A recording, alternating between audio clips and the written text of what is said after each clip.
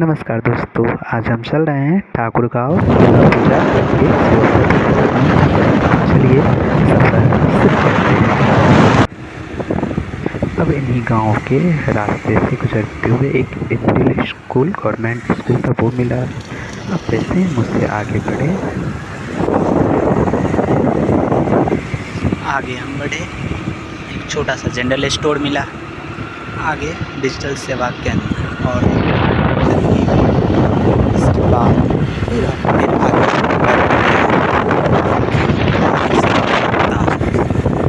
हमने कुछ धान की बालियाँ भी इकट्ठी की। धान की बालियाँ जो हमने और फिर आगे बढ़ते रहे।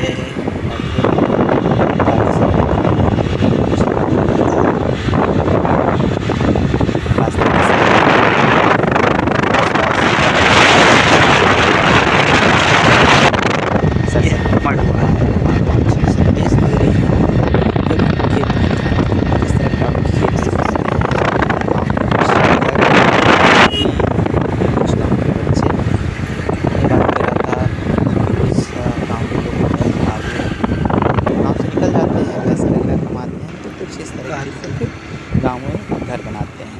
रास्ते में खेत में कुछ काम करते हुए लोग मिले, तो आप तस्वीरों के माध्यम से देख सकते हैं। और फिर ये धान की लहलात की फसलें भी कुछ घर और गाँव के घर हैं। और फिर गाँव में आजकल बिजली भी अच्छी तरीके से आ सकती है, जो तारों के माध्यम से बिजली के पुल प्लग के तारों के माध्यम से देखा जा सकता है।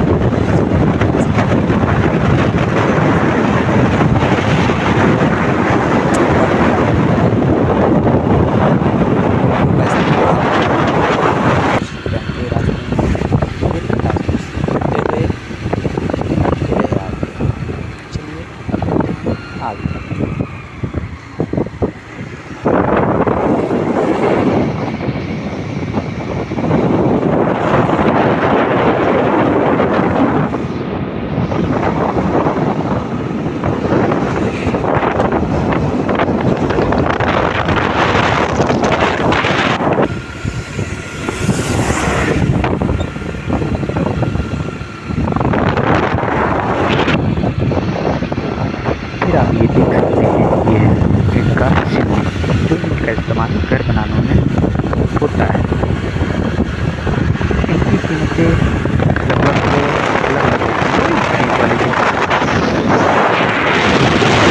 के बाद हम आगे बढ़ते गए। बढ़ने के साथ अब यहाँ पे हम लोग मेन रोड आ चुके थे ठाकुर गांव के लिए, और यहाँ से हमने फिर लिया बाएं और फिर आगे बढ़ते रहे।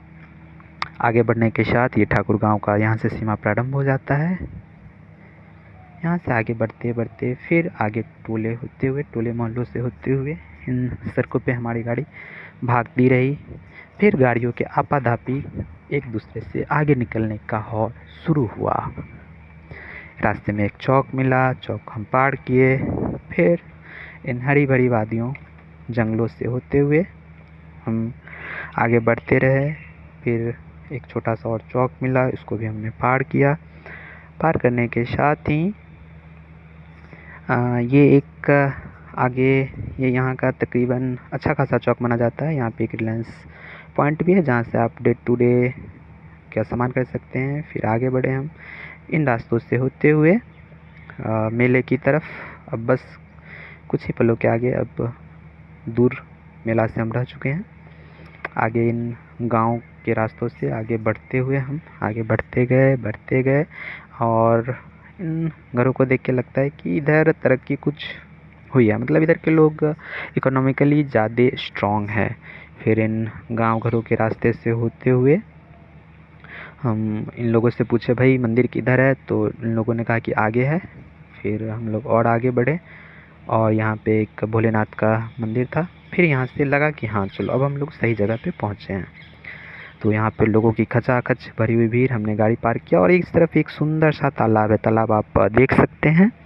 फिर हमने कहा जय माता दी बोल के चलो अब मंदिर की तरफ चलते हैं। तो यहाँ हम मंदिर की तरफ आगे बढ़े, भीड़ में से होते हुए। जय माँ भवानी। तो यहाँ पे बहुत सारे अजब भी थे। ये पुराना सा एक घर आप देख सकते हैं, और ये रहा मंदिर। भीड़ों को चीरते हुए हम आगे बढ़ते जा रहे थे अपनी मंजिल की तरफ।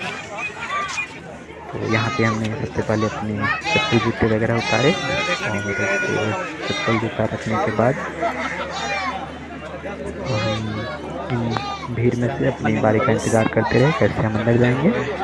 और फिर एक के पीछे एक कतारबद्ध होकर एक तरफ से हम निकल रहे थे लोग और वहीं दूसरी तरफ से हम लोग अंदर प्रवेश करने के जद्दोजहद में थे। और फिर हमने मंदिर के प्रांगण में प्रवेश किया।